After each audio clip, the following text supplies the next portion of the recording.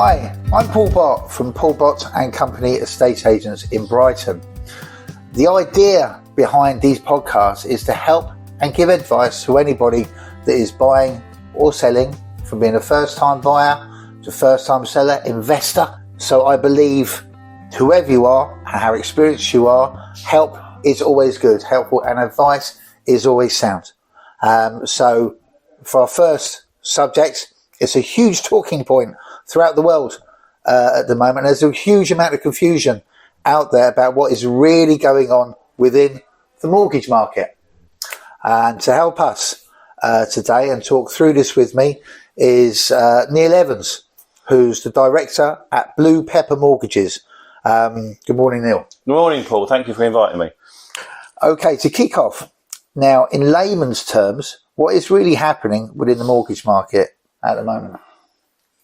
Thank you, Paul. It's a really, really good question. There's a lot of confusion as to what's really happening in the market.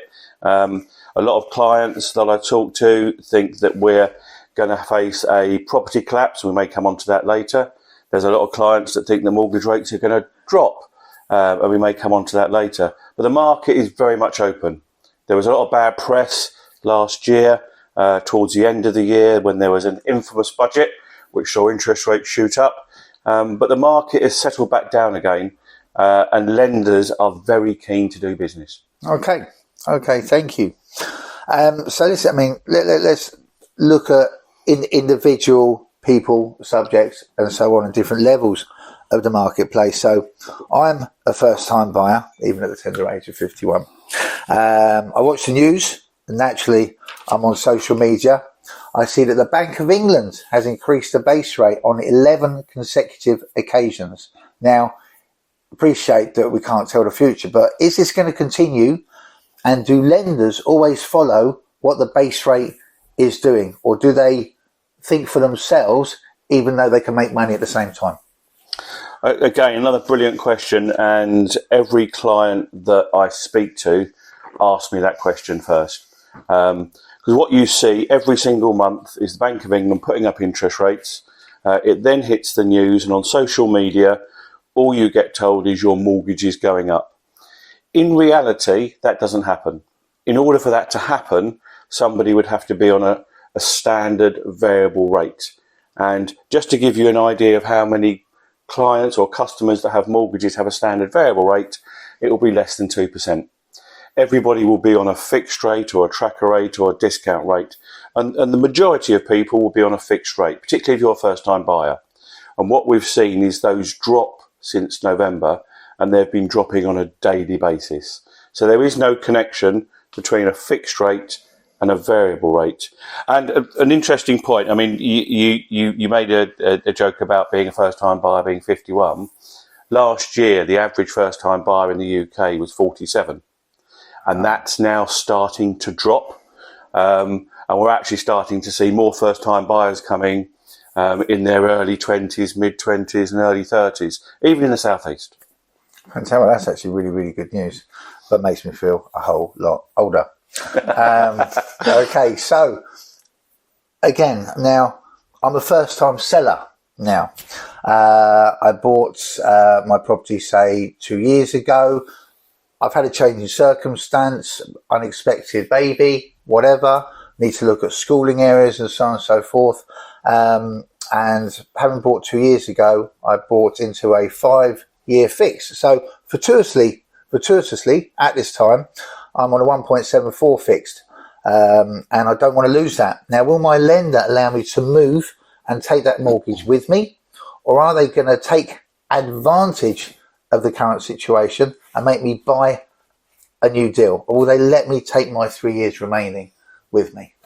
You make a really good point, and this is a conversation I have with clients all the time, because if you've got a good deal and you're looking around in the market at the moment, in many times you're looking at rates being double or treble what you've currently got.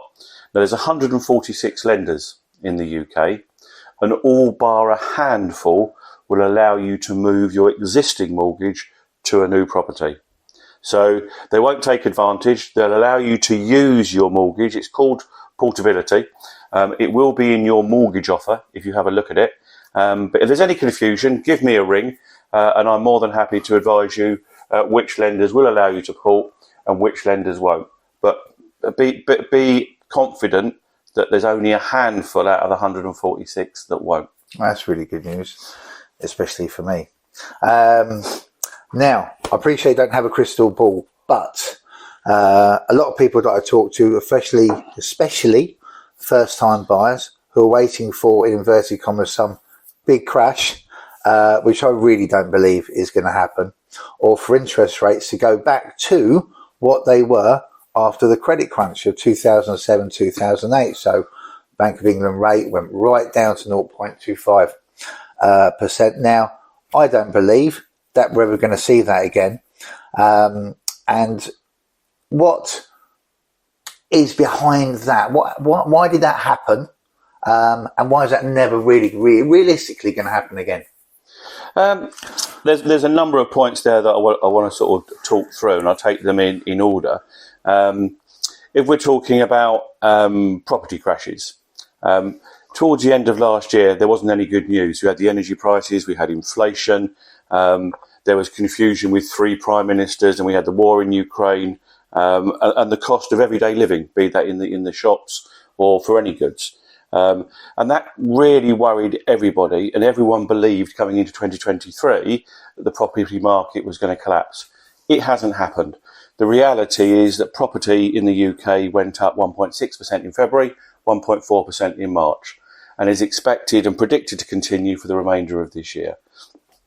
At the end of last year, everyone forecast that inflation would be above 10% for years to come. The forecast now is that inflation will be below 3% come December. And in terms of interest rates, everybody expected interest rates back in October to go up to 7, 8, 9, 10%. Unfortunately, bad news sells stories, and the reality is none of that's happened. So we're now back down to interest rates where they're likely to remain. So your last point around will we get back to the 0.2s, you're right, I don't have a crystal ball, but very unlikely for that to happen, because interest rates where they are now is where they were expected to be before the Ukraine war, inflation, and all the other things that happened throughout 2022. So the rates we got at the moment, pretty much where they're going to be. They will move, and they probably move down slightly as lenders start to compete, but don't expect huge shifts back to where we were after the financial crash. Okay. So if I'm a first-time buyer, and as you've just explained, there's no point in standing on the sidelines waiting for that to happen. Mm-hmm. And my life dictates, or that I need to buy somewhere, that I need to move different part of the country for work and so on and so forth. There's no point in hanging around. Just shop around, speak to someone like yourself who can shop whole of market, and make that jump, make that buy, make that purchase. Yes. Yeah, and I'd extend that to yourself. I think we live in a digital age where people tend to make decisions in front of their laptop. And because the world is moving at such pace, talking to experts like yourself in a state agency and understanding what's happening in a local market is absolutely invaluable. And I would say to first-time buyers that are looking for their first mortgage, yes, you can go up and down the high street, you can go online, you can search a whole myriad of people that might give you options, but they're all computers. And the reality is there's 146 lenders. They've all got different criteria. They'll all lend you different amounts with different interest rates. And what you want is somebody that's on your side looking at the very best deals that you can get. And you won't find that online. You need to talk to someone. So my advice is talk to an estate agent, go to an estate agent, get the advice after you've done some preliminary research online, and talk to a mortgage broker, because you want to get the best deal out of 146 lenders. Okay, no, I mean that's really good advice as always. Which brings me on to the next subject. That I like to buy it. I've taken that decision that what's going on in the world is going on in the world. Yep. Completely out of my control. Mm-hmm. But again, my life dictates that I need to crack on. So looking at deposit levels. Now, of course, pre-credit crunch, which I believe was potentially a contributing factor to what happened, you could get 100% mortgage, sometimes more than that. Now, that's not going to happen again. But what is the lowest deposit level, and how many lenders will look at that? Or are there particular lenders that require, say, 20-25% deposit? So I appreciate 100% have gone. 95% I believe are still around with a help to buy scheme on particular types of properties. How's that working? Yeah. I mean, we're of a similar vintage, Paul, and we do remember the days of 100%, 110 and 120% lending. And I should just add, for the purpose of this podcast, they don't exist anymore. That was a different era. But your point around, what is the minimum deposit, again, is it's probably one of the first questions that a client asks me. How much money do I actually need? The reality is 5%. The minimum deposit is 5%. The difference between a 10%, 15% and 20% deposit is just the interest rate that you'll get. But although there are differences, they wouldn't make a significant difference to your monthly payment. But if you've got a 5% deposit, that puts you in the market to buy a property. Fantastic. But in essence, the more deposit you have, potentially the better rate you're going to get. So the more you can put in, the better. Spot on. And if you can get a bigger deposit, that will, because you're borrowing less, mean your monthly payments are less. But one thing that is sometimes overlooked is the biggest differential for your monthly payment remaining low will be your mortgage term. Yeah. So maybe the earlier that you look to purchase a property, the more options you'll have in having a longer term and keeping your monthly payments down. Lovely. Especially in today's market, is so different when it comes to deposit levels. Of course, a lot of people are bringing in parents for gifted deposits and so on, which I appreciate is a bit more in-depth discussion, but certainly something that we're seeing on an everyday basis. Yeah, and again, that is a conversation. I can't remember the last time that I did a first-time buyer where there wasn't a conversation with a parent. And that can be on two fronts. Firstly, the parents want to make sure that they're getting sound advice and they're part of that process. But also, on many occasions, they want to, if they're in the fortunate position to be able to do so, find out how they might be able to help their children with a deposit. And that doesn't always necessarily mean that they're taking money from their bank account. It might be taking money from their property or the equity that they got in their property. And the other thing I should just mention that's kind of linked to that is lenders now are very aware that people aren't buying until much later, but you can have mortgage terms now that will take you to 75, 80, 85 or 90. Right. Just in those initial years, it makes it easier to afford the property. Yeah. Again, that's really good to hear. So let's moving from your everyday first-time buyer, first-time seller, to another major part of our marketplace being the investor market.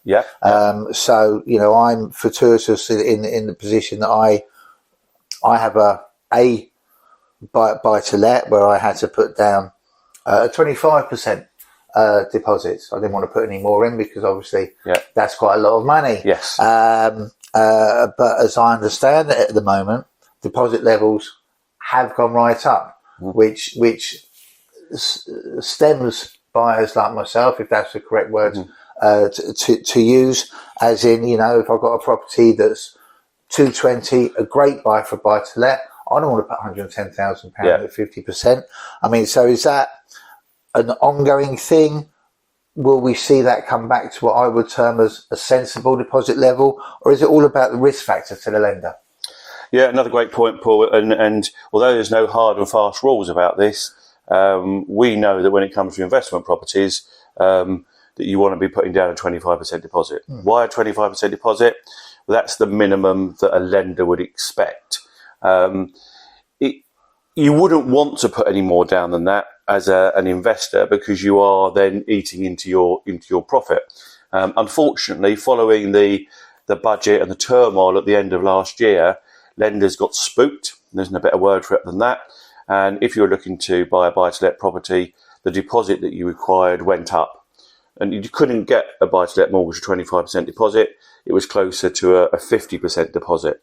That has slowly started to change. So in the last couple of months, lenders have started to reduce the amount of deposit that they required. I wouldn't say that we're back to where we were before September, but we are very, very close. And I would have thought within the next couple of weeks, we'll almost be back to a business as usual around buy-to-lets. Well, that's business as usual. That's the term that I'm really looking for. Spot on. Well, listen, we're going to leave it there for today, but I thank you, Neil, immensely. Now, I can't encourage people enough to have a chat with Neil. Neil is actually my personal mortgage broker, and I can't recommend him highly enough. Now, you can contact Neil at bluepeppermortgages.co.uk. So that's Neil at bluepeppermortgages.co.uk. And if you tell him that you listen to this podcast, I'm sure he would potentially give you a better rate, but of course that's not down to him.